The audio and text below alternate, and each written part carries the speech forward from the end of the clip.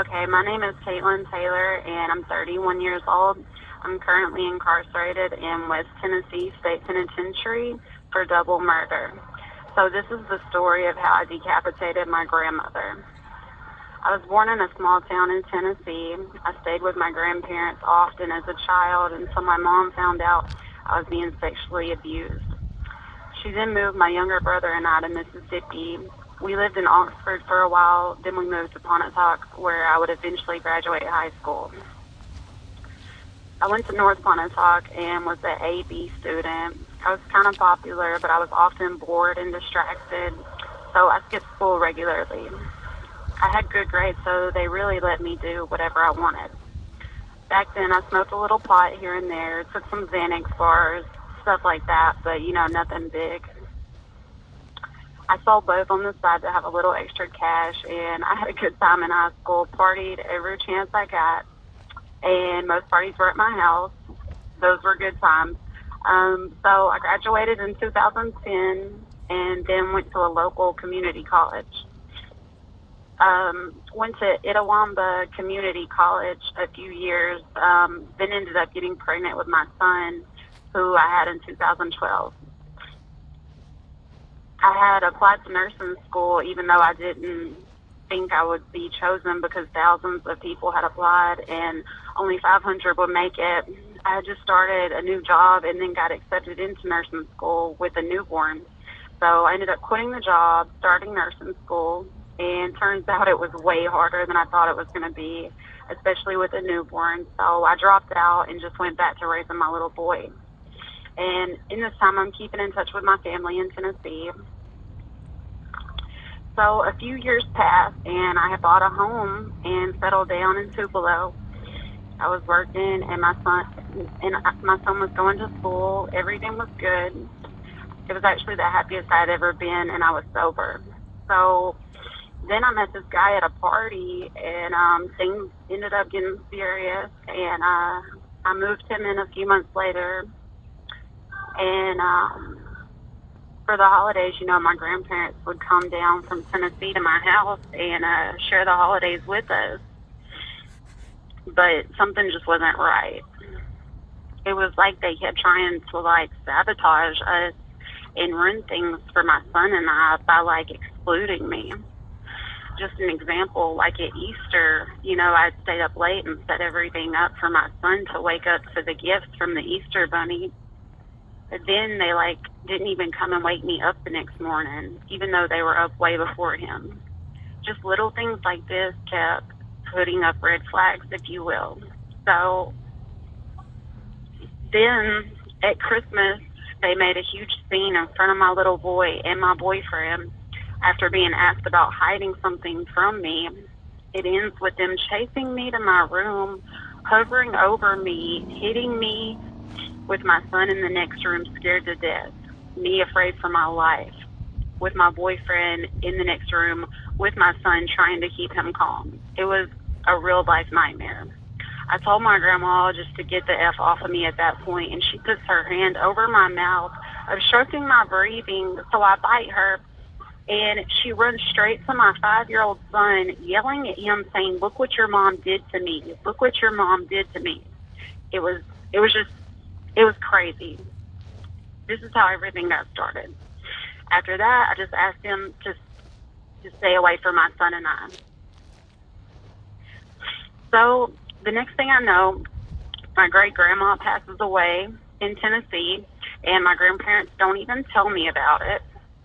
A few months later, my father also passes away in a car accident. So next thing I know, I find out that my boyfriend has been using crystal meth, and then he introduces me to it. This is where my addiction starts. I start smoking the meth, and I end up sending my son to live with his father. And within a year later, I'm checking into the ER being diagnosed in a meth-induced psychosis. Looking back, it all happened so quickly. It's just, you don't realize time is passing. You don't realize what's going on. You don't realize, what's going on around you. that stuff is no joke. So from the ER, my ex and his mom were supposed to take me straight to rehab, but they ended up taking me to their house, and the next thing I know, I'm doing the meth again. So I finally get them. I didn't have my car at that time. It was at my house. So I finally get them to take me back home, and a few days later, I'm arrested on a KPS warrant for missing court. So I stay in jail a few days and finally sobered up enough to know what was going on and accepted rehab. That's what they were offering me because they knew what was going on. You know, everybody knew me locally. So I went to a local rehab for my addiction to meth, and that is kind of why I'm telling this story, hoping that if anyone is an addict like I was, if anyone's in addiction, that they seek the help that they need before something awful happens, because you never know what kind of situation you're going to be put in. So I get out of the rehab. I didn't want to go back to my house alone and fall back into my same pattern with the same people, you know. So I go to Tennessee to live with my grandparents in hopes of a fresh start, you know, ready to live sober and get my life back together, get back on track, and get my son back, you know. It had been 2 years at this point since I had seen his face, and that's after raising him for 6 years with no problems, no incidents, you know, never anything happening. That was my baby boy. That was my life. So I get to my grandparents' house in Tennessee. I move into the guest bedroom. I join the local NA group at the local library. My grandma works at a local clinic, and my grandpa, he was retired, so he was home all the time. He would just chill in the back room and watch TV, and I would just chill in the guest room. So a few weeks pass, and we aren't getting along at all, my grandma and I, or my grandpa. So one day I decided this is just an example of how, like, she would freak out about nothing. So one day I decided to clean my room up, and I began dusting the room, and she came in and freaked out on me as if I was doing something wrong, when in fact I was doing, you know, what most people would expect to be done, you know. So she's trying to fight with me, and I'm walking away as I always do, avoiding her. I go out the front door of the house, you know, trying to get away from her, because I'm not trying to put my hands on her like she is me. I'm not going to disrespect her like that, you know. I'm raised in the South, and that's just something that I won't do. I didn't do it to my mother. I wouldn't do it to my grandmother, and that's how I was raised. So I just go out the front door. I end up going out to the driveway, and she finally, you know, she stops chasing me around because the neighbors are out on the front porch at this point. You know, they're seeing what's going on. You know, they just see me running from her, and her, like, just chasing me, like, just yelling and being crazy, trying to, you know, be physical with me. So, you know, that's just an example of the kind of things that were going on behind closed doors that made absolutely no sense, but would lead to a physical altercation between us. So here I go, getting to the actual murder. I had gone out one Saturday night with a friend, and I had a few drinks. Then he brought me home around 10, and my grandmother was already in bed, and my grandpa was watching TV. And so I had absolutely no idea what I was actually coming home to.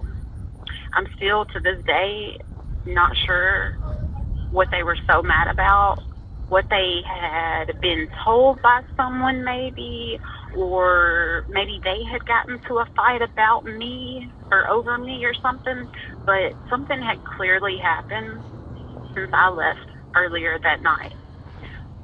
I came in the back door, though, quietly. I told my grandpa I was home.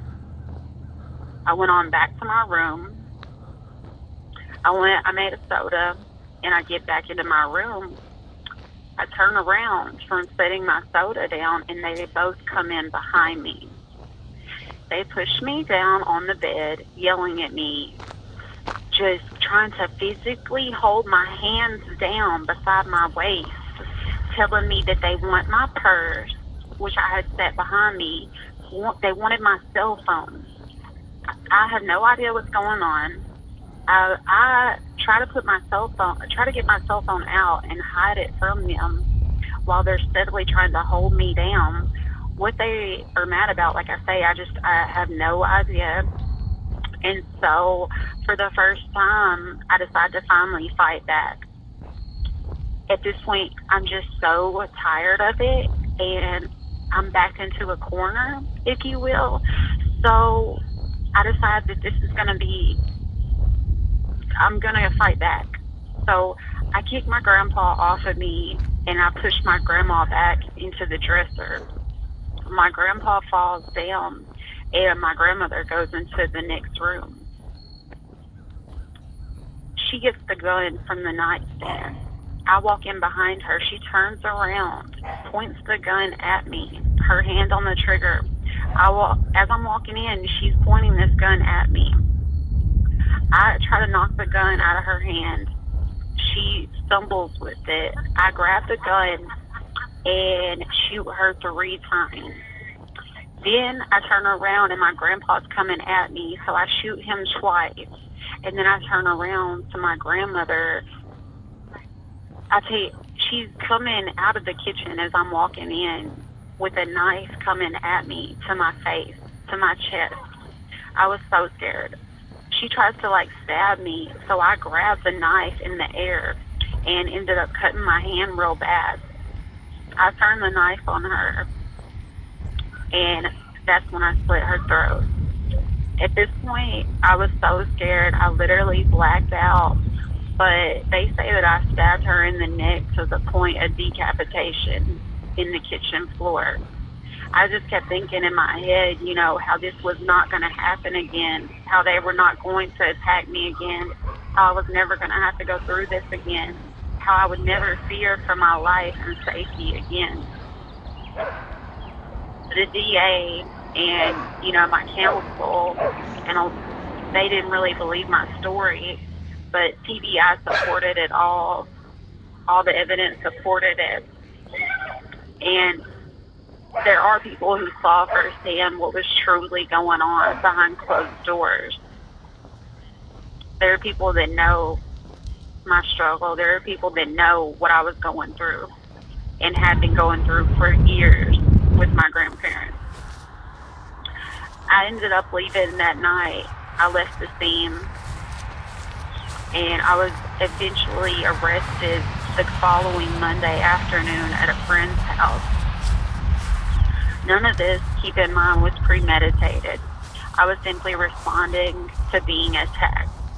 A gun was pulled on me. A knife was pulled on me. I had to fight my way out of that house that night. I ended up pleading out after 8 miserable months in county jail. I agreed to life with the possibility of parole after 51 day-for-day years, and I had the charges ran concurrently.